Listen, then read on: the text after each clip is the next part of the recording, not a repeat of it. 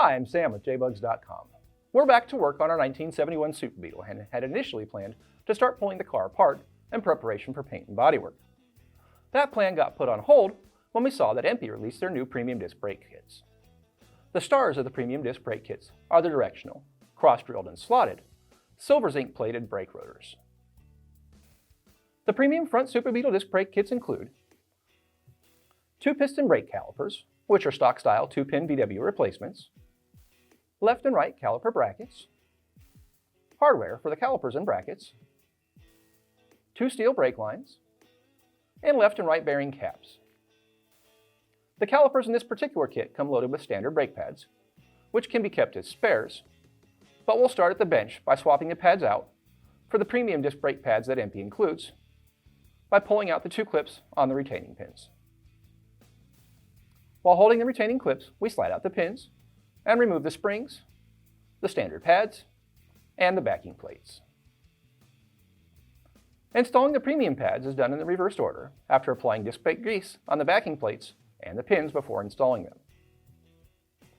Make sure to reinstall the pin retaining clips before pushing the second pin all the way through the caliper. Once the pads on both calipers are swapped out, we get to work on the new rotors. Bearings and seals aren't included with the disc brake kit, and we won't be reusing the originals.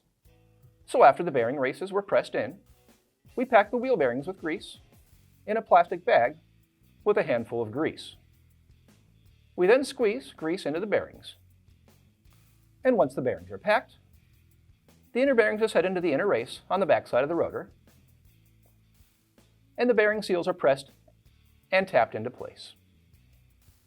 With most of the work at the bench done, we can get the front of the car jacked up and set on jack stands so we can begin the disassembly of the drum brakes. The wheels are pulled off, and the grease caps are removed, after making sure to disconnect the speedometer cable from the cap on the driver's side if yours is in place. The lock screws for the axle nuts are loosened, and the axle nuts are unthreaded. Remember, the left axle nut is reverse threaded. The drums are pulled off the spindle a bit so we can remove the stock thrust washers, and the brake drums are removed. The axle nuts and thrust washers are set aside for later, as we'll clean them up and reuse them. Since we'll be replacing the original brake hoses, we unthread the inner brake lines from the brake hoses at the body and pull the brake line clips. The 4 backing plate bolts are unthreaded from the spindles, and the backing plate can be removed from the spindle as a complete assembly, with the brake hose and steel line attached. If you have original strut assemblies, make sure to unclip the brake line from the strut housing. The spindles are cleaned up, and at the left side spindle, we make sure the speedometer cable is pressed through. Now we can bolt on the brake caliper brackets, which are marked left and right, but they can only be installed one way regardless. New hardware is used, with 4 of the shorter bolts and lock washers per side, to bolt the brackets to the spindle.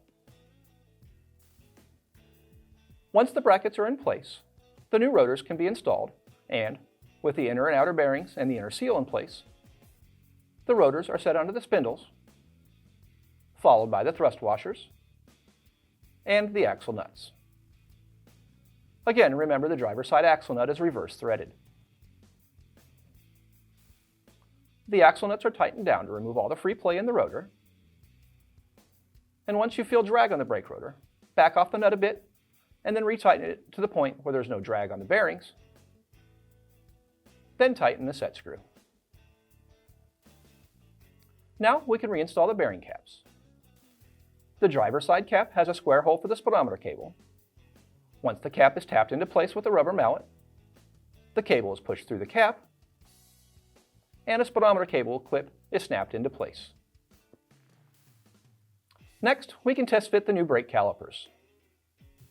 This disc brake kit includes 8 shims in 2 different thicknesses to offset the calipers if need be. With the caliper set in place over the rotor and against the caliper bracket, we can see that when we're centered over the rotor, there's a small gap between the bracket and the caliper. We use 2 of the thick shims, 1 at each bolt, to ensure that the caliper is centered over the rotor. The shims are only used if necessary and may not be needed at all. One side of our car needed shims, the other did not. Once we determine which shims, if any, are needed, the caliper bolts are installed through washers, the calipers, and the shims if needed. Then, medium-strength thread locker is applied, and the bolts are threaded into the caliper brackets and tightened down. Now we can install the new brake lines. The lines come unbent and can be bent with a brake line bender, or by hand if you're cautious, to whichever shape is needed. Since we installed lower strut assemblies, we do not have a brake line tab to secure them to. So, we came up with a bend that allows us to run from the caliper forward, up the strut, so we can use a hose clamp to secure it there, then forward and inwards towards the car. With the piece of fuel hose slid over the line for protection, the line is threaded into the caliper and tightened. A hose clamp is installed around the strut and the brake line and tightened down. Then, to keep the performance brake theme going, we thread the steel brake lines to new stainless steel braided hoses, route them to the tabs at the body, clip them in place, and the fittings at the body and the strut are all tightened down. Finally, we turn the steering lock to make sure that the hoses and lines are clear of the suspension, body, and steering components. With the new brakes installed, we'll prep for some new wheels that will show off the rotors a bit, and install some 14mm wheel studs after applying medium thread locker, and tighten them with an Allen wrench. Once the studs are installed, the rotors and pads are cleaned, and we install some 914 alloy, gloss black and polished 15 by 5.5 inch wheels, and hold them to the rotors with chrome-plated Porsche-style lug nuts. And since the chrome really stands out against the black background, we'll pop on some lug nut caps to tone things down a bit. And with that, the front disc brake conversion is complete. Of course, the calipers need to be bled before we can call it a job done, but next we're going to get to work converting the rear drums to discs. Keep an eye out for that video. Thanks for watching. Make sure to hit the like button below and subscribe to our channel if you haven't already. Say hello or let us know if you have any questions in the comments below. And of course, when you need parts for your vintage Volkswagen, head over to jbugs.com.